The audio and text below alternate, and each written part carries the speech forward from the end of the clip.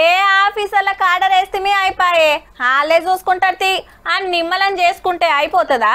పబ్లిక్లకు పోవాలి, ఏడేమవుతుందో చూడాలి, నలుగురితో మాట్లాడాలి, కావాల్సిన వాళ్ళకు సాయం చేయాలి, కలెక్టర్లను నురికియాలి, ఆఫీసర్లను గెదమాలి, పంపాల్సిన పైకం పంపాలి. అప్పుడే కదా ఆపతిలో ఉన్న వాళ్ళకు ఇంత ఆసరయ్యేది. ఇవాళ గదే పని మీద ఉన్నాడు మన సీఎం సారు.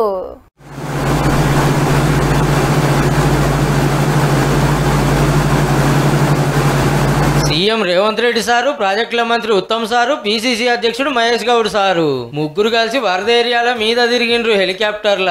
మునిగిన పంటలు, కట్టలు తెగిన చెరువులు, వరదలు బారిన పల్లెలు, పొంగుతున్న వాగులు, జరిగిన నష్టం చూసిండ్రు.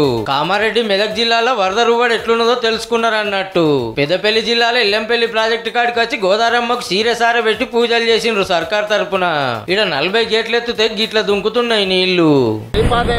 ప్రాణవాయువు కదా గోదావరి జలాలకు, మొత్తం గోదావరి జలాలకు శ్రీపాద ఎల్లంపల్లి అనేది గుండెకాయ లాంటిది, జంక్షన్ లాంటిది.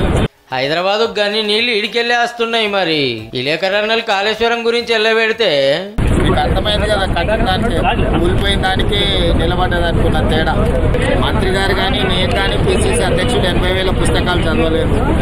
సో పుస్తకాలు చదువుకున్న వాళ్ళని సలహా అడిగినాము ఎట్లా రిపేర్ చేయాలనేది. దాని ప్రకారం అది రిపేర్ చేస్తాము. మేడిగడ్డ, అన్నారం, సొంతిల్ల బ్యారేజీలు డేంజర్లు ఉన్నాయనికి వచ్చిండు సీఎం సారు.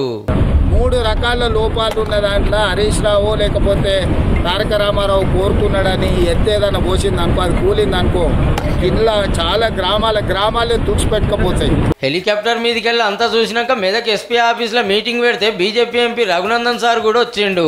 జిల్లాల పరిస్థితి తెలుసుకొని పబ్లిక్ కు కావాల్సిన సాయం చేయాలని ఆర్డర్ చేసిండు. ఇక కామారెడ్డిలో మంత్రి సీతక్క మీటింగ్ పెట్టింది.